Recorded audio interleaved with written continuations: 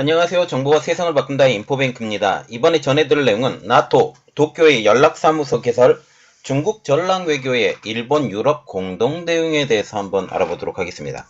여러분의 구독, 좋아요, 그리고 필요하시면 알람 설정까지 부탁드리겠습니다.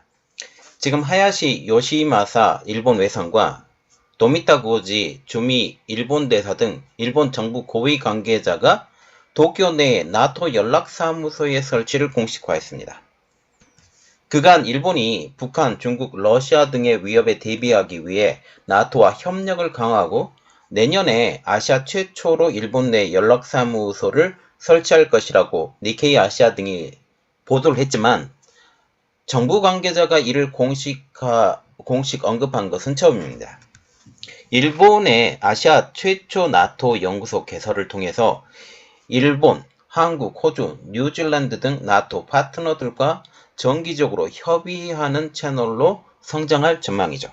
자, 우리가 여기서 좀 봐야 되는 것은 이번 나토의 지금 아시아 연락사무소죠. 첫 아시아 연락사무소인데 이 협력하는 지금 파트너 국가들을 보면 한국, 호주, 뉴질랜드 이것을 지도로 한번 보면 태평양 지역을 완전히 벽으로 둘러막겠다라고 그렇게 보면 되는 거죠.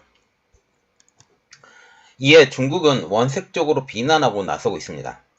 나토가 끊임없이 지역의 긴장 정세를 과장하고 진영 대결을 조장한다라는 것으로 지금 해석을 하고 있는 것이죠. 전문가들은 서방과 동아시아 국가들이 중국 도발에 대응해 연대를 강화하고 있고 글로벌 안보 중심이 이제 인도태평양 지역으로 이동하고 있다라고 분석하고 있습니다. 자, 지금 현재 우크라이나 전쟁이 발발했고 러시아가 쳐들어가서 이것은 거의 끝나는 분위기여서 이제 이 무게추의 중심이 동아시아 지역, 특히 남중국해를 중심으로 한 지역으로 지금 오고 있다라고 그렇게 얘기가 나오는 것이죠. 자, 그래서 이번에 알아볼 내용은 나토 도쿄의 연락사무소 개설, 중국 전랑외교의 일본 유럽 공동 대응입니다.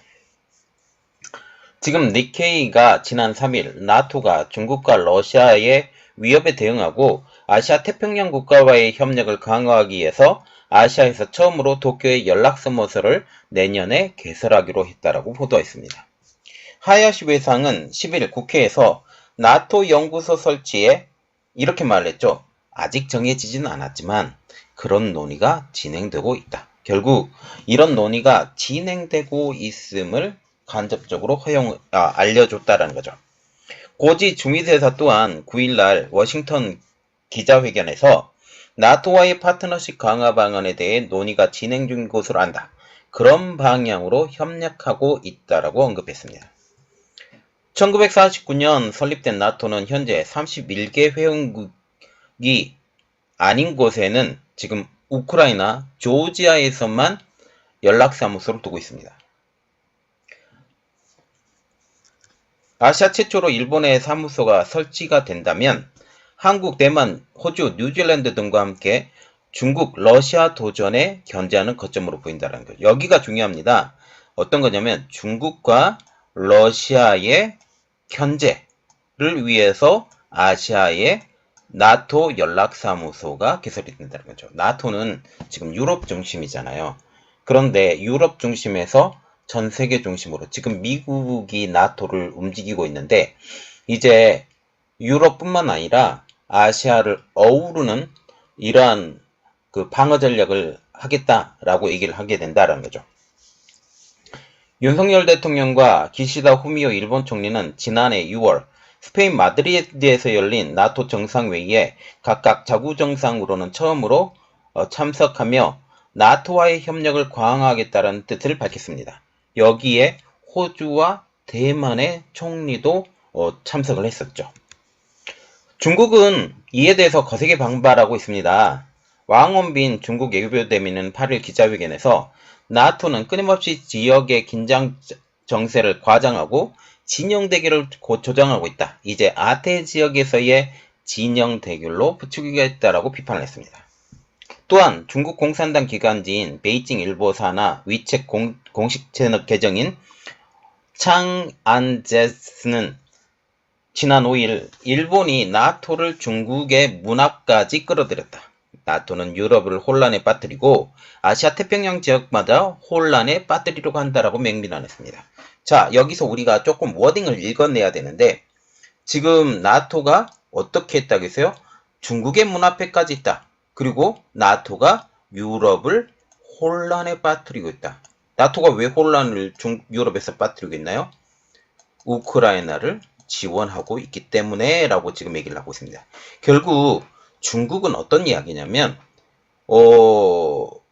유럽에서 나토가 우크라이나를 지원하는 것은 말도 안 된다 라 그런 이야기죠. 그리고 지금 현재 중간자적 입장에서 평화의 전도사라고 지금 대대적인 선전을 하는데 이게 다 거짓말이다라고 볼 수가 있다라는 거죠. 중국 공산당 기관지인 런민일보 또한 최근 미일 3국이 군사적으로 밀착됨에 따라 인민해방군이 높은 경계심을 유지해야 한다며 삼국의 군사협력은 영내 안보 상황을 악화시킬 것이라고 주장을 했습니다. 자, 이 3국이라는 것은 미국, 일본, 호주 이렇게 보시면 되죠. 그리고 지금 현재 한국도 굉장히 견제를 하고 있어요. 하야시 외상은 우장하오 주일 중국 대사가 지난달 말 대만과 일본 안보를 연결짓지 말라고 얘기하면서 일본 민중이 불길 속으로 끌어들어갈 것이라고 경고한 것에 대해 중국 측에 엄중히 항의했습니다.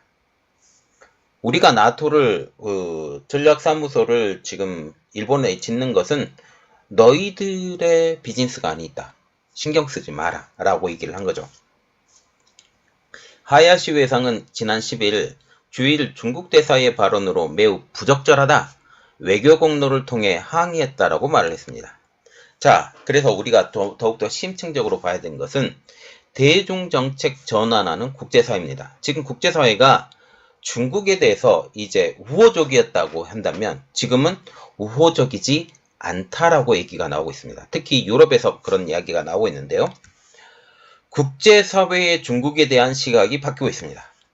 리스후이 대만 정치대 교수는 지난 6일 현재 서방과 동아시아 국가들이 모두 중국의 위협이 현실에서 일어나고 있는 중대한 문제라고 보고 있다고 전했습니다. 그는 중국이 서방 국가들을 위협할 능력과 함께 그럴 의도도 가졌다고 보고 있죠. 지난 20년 동안 베이징의 능력이 빠르게 향상된 데다가 그의 힘을 사용할 의지를 드러낸 다른 국가들이 위협을 느끼고 있다. 이것이 일본, 필리핀, 특히 한국이 대중국 정책을 바꾼 이유이기도 하다라고 전하면서 한국은 중국에 어느 정도 유화적인 입장을 유지해왔지만 이제 완전히 미국 편으로 기울었다라고 언급했습니다. 또한 그는 일본 내에서 양안에서 전쟁이 일어날 것으로 보는 쪽이 우세하다. 즉 중국이 대만을 쳐들어가고 이 대만에서 전쟁이 일어날 것이 우세하다라고 얘기를 하면서 그들은 다른 주요 국가들과 연대해 힘의 균형을 이루기를 바란다. 그래서 일본은 나토를 끌어들여 동아시아에서 대중 억제력을 형성하는 것이 인도태평양 지역의 안정을 유지하는 데 도움이 되는 것으로 보고 있다라고 전했습니다. 딩스빈 대만 정치대 동아시아 연구소 명예교수 지난 5일 중국이 권위주의 국가에 점점 가까워지고 있는데 이는 자유민주주의 국가들이 기치에 도전하는 것이라고 분석을 했습니다. 미국을 비롯한 서방 국가들이 이념, 가치, 정치제도 측면에서 중국, 러시아와 다르다. 베이징이 러시아를 지지하는 것은 서방 국가들의 가치와 충돌하기 때문에 나토나 유럽연합, 즉 EU의 입장에서는 받아들일 수 없다라고 전하고 있습니다. 자, 그리고 이번 나토의 연락사무소의 개설은 이것도 가능하죠. 인도태평양과 연관된 유럽 안보와 지금 연관이 되어 있다는 거죠.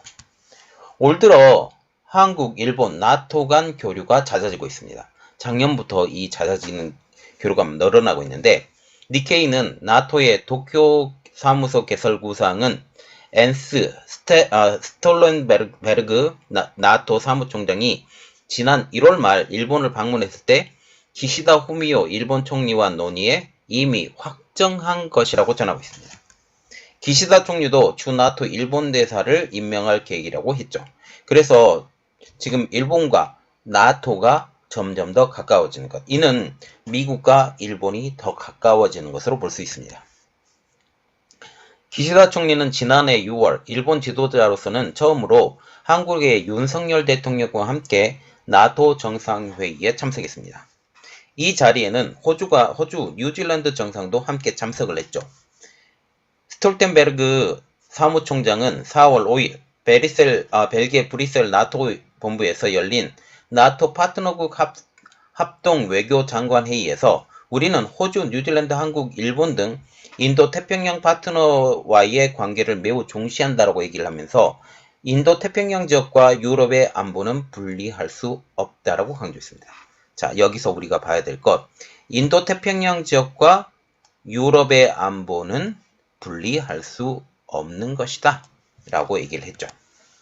하야시 요시마사 일본 외무상은 나토 외무장관 회의에서 이 지역에서 중국의 군사력이 갈수록 강해지고 있기 때문에 아베 총리가 제시한 자유롭고 개방된 인도 태평양 구축 비전을 일본 혼자서 실현할 수 없다라고 하면서 나토 회원국들의 참여를 환영했습니다. 이에 대해 대만의 리스우이 교수는 러시아 우크라이나 전쟁에서 보듯이 유엔이 효력을 발휘하기 못하기 때문에 EU 국가들이 나토를 세계 평화를 유지하는 힘으로 본다. 유엔이 효력을 발휘하지 못하는 이유는 유엔의 안보리 이사국에 러시아와 중국이 포함이 되어 있기 때문에요. 그래서 유엔은 전혀 어떤 힘도 발휘하지 못하기 때문에 이 나토를 중심으로 해서 세계 평화를 유지해야 되겠다라고 얘기를 하는 것이죠. 또 나토가 인도 태평양 지역의 문제에 참여해야 한다고도 했습니다. 그는 나토는 유럽 전쟁에만 관심을 기울일 수 없다. 러시아 우크라이나 전쟁은 유럽뿐 아니라 전 세계에 영향을 미치고 있다. 만약 대만 해협에서 전쟁이 발발하면 그 충격은 러시아 우크라이나 전쟁보다 훨씬 클 것이다. 따라서 그들은 반드시 대만 해협 문제에 대해 발언권을 가져야 하며 도쿄에 사무소를 설치하는 것은 매우 중요하다라고 얘기를 했습니다. 자, 대만이 중요한 건 뭐죠? 거기에 반도체 회사, 즉 파운드리 회사인 TSMC, UMC, VIC 이러한 회사들이 있고, 또한 대만에 D램 공장이 있죠. 마이크론의 D램 공장도 여기에 있고 낸드 플래시를 만드는 공장도 여기에 있기 때문에 굉장히 중요한 직이라는 것입니다. 그래서 우리가 지금 이것을 볼 수 있죠. 글로벌 안보의 중심이 인도 태평양 지역으로. 이제 글로벌 안보 중심이 인도 태평양 지역으로 이동하고 있다라는 분석이 나오고 있습니다. 그 중심에는 중국이 있죠. 중국은 러시아가 우크라이나를 침공한 지 1년이 넘도록 러시아를 공개적으로 비난한 적이 한 번도 없습니다. 오히려 감사하는 분위기라는 것이죠. 시 주석은 서방이 러시아를 강력히 제재하고 있는 상황에서도 지난 3월 러시아를 방문해 푸틴 대통령과 양자 관계 심화에 관한 공동성명을 서명했습니다. 또한 러시아 입장에서의 평화원도 준비하고 있는 상황이죠. 이번 나토의 일본 내 연구소 구축은 바로 중국을 견제하기 위한 것이라는 분석입니다. 주 시드니 중국 총영사관 정무영사로 근무하다가 2005년 호주로 망명한 천용링은 지난 4일 언론과의 인터뷰에서 나토가 인도태평양 지역 국가들과의 연대를 강화하는 것은 주로 중국, 러시아를 겨냥한 것이라며 중국은 러시아가 공식적으로 군사동맹을 선언하진 않았지만 실제로는 우크라이나 전쟁에서 물밑 지원을 하고 있어 나토와 유럽의 경각심을 불러일으켰다라고 했습니다. 그래서 지금 중국이 유럽에 각 특사를 파견을 했는데 거의 퇴짜를 맞고 있죠. 프랑스만 제외하고 지금 그렇습니다. 천용링은 나토는 유럽과 아시아 태평양 지역에서의 안보 이익을 장기적으로 고려하고 있기 때문에 동아시아에서 사무실을 개설하는 것은 사실상 중국, 러시아의 염두를 둔 것이라고 했습니다. 자, 정말 중요한 것은 이겁니다. 세계의 위협이 되는 중국의 전략외교. 시 주석은 최근 서방과의 관계를 언급할 때 늘 이렇게 말했다고 하죠. 용감하게 투쟁하고 투쟁에 능해야 한다라고 강조를 했다는 것입니다. 그 대표적인 사례가 최근 루사의 주 프랑스 중국 대사의 망언. 그는 구소련에서 독립한 국가들의 주권을 부정하는 발언을 해 세계 사회를 경악케 했습니다. 중국은 프랑스와의 관계와 전 세계의 공분에 못 이겨 지금 이 중국 대사의 개인적인 일탈로 축소시켰지만 현재까지 아무런 후속 조치를 하고 있지 않습니다. 그리고 프랑스에서도 이 중국 대사를 어떤 조치도 없는 상황이죠. 스톨텐베르크 나토 사무총장도 더 위험하고 예측 불가능한 세상에서 안보는 더 이상 지역 안보를 의미하는 것이 아니라 글로벌 안보를 의미한다라고 하면서 인도태평양 지역과 유럽은 서로에게 매우 중요하다라고 강조했습니다. 일부 전문가는 향후 나토 정상회의가 일본에서 개최될 것도 언급했습니다. 만약 이렇게 될 경우 나토 정상회담에서 결국 동아시아 문제까지 거론될 분위기죠. 대만의 리수이 교수는 현재 중국은 미국 주도의 국제 질서를 깨뜨리러 가고 있지만 아직까지 그럴 능력이 없으며 오히려 심각한 외교적 경제적 문제에 직면했다면서 현재 일어나는 몇 가지 현상을 짚었습니다. 첫 번째, 변화하는 중국 노선. 최근 몇 년간 중국이 추구하는 전략 외교는 과거의 외교 노선을 완전히 깼다라는 것입니다. 베이징의 전략 외교가 서방 국가들과 주변국의 우려를 증폭시켰으며 중국을 예측 불가능한 나라로 보게 만들었다는 거죠. 세계 모든 나라들이 중국을 의심스러운 눈으로 본다라는 그런 얘기입니다. 이 때문에 다른 나라들이 중국의 위협에 대비하기 위해 연대할 수밖에 없게 만들었다라는 것입니다. 두 번째, 총체적 리스크 발원지된 중국입니다. 중국의 리스크는 전 세계를 뒤흔들고 있습니다. 특히 중국에 인한 발언권 강화는 이제 서방의 외교 군사적 과제가 됐다라는 분위기죠. 서방 국가들은 공급망 재편, 지역경제 통합, 나토의 동아시아 전략 등으로 중국발 위험에 대비하는 방법을 찾아가고 있는 것입니다. 즉 지금 미국에서 IRA 법안이라든지 반도체 제한이라든지 이러한 모든 것들이 다 중국을 떨쳐버리기 위한 그 사전 작업이라고 본다라는 거죠. 특히 반도체와 같은 경우는 매우 중요한데 이 반도체, 첨단 반도체와 같은 경우는 미래의 먹거리, 또한 미래의 산업에 대한 4차 산업에 대한 준비, 여기에 전자무기까지 이게 다 연결이 될 수 있기 때문입니다. 최근 중국의 대만 침공은 점점 현실화되고 있는 상황에서 EU 국가들, 남태평양 국가들, 그리고 한미일 외교 초점이 점점 더 중국에 맞춰지고 있다는 것입니다. 결국 이번 나토의 일본 내 연락사무소의 개설은 이러한 여러 가지 변수를 차단하려는 노력으로 보인다는 것입니다. 그리고 중국 문제가 결국 중국 혼자만의 문제가 아니고 전 세계를 대상으로 중국이 지금 현재 싸움을 벌여야 되는 그런 상황에 처할 수도 있다라는 것을 간접적으로 의미하는 것입니다. 자, 지금 현재 나토에서 일본의 연락사무소를 개설한다라고 지금 얘기가 나오고 있어요. 이는 결국 나토의 핵심들이 지금 일본의 핵심들과 다이렉트로 연락할 수 있는 그런 통로가 마련되어 있고 중요할 때 바로 찾아가서 이야기할 수 있는, 그리고 나토에 일본이 대사까지 파견한다라는 것은 나토에 지금 현재 적극적으로 협력하겠다라는 그런 이야기입니다. 자, 이번 내용이 여러분들에게 도움이 되셨습니까? 도움이 되셨다면 구독, 좋아요, 그리고 필요하시면 알람 설정까지 부탁드리겠습니다. 감사합니다.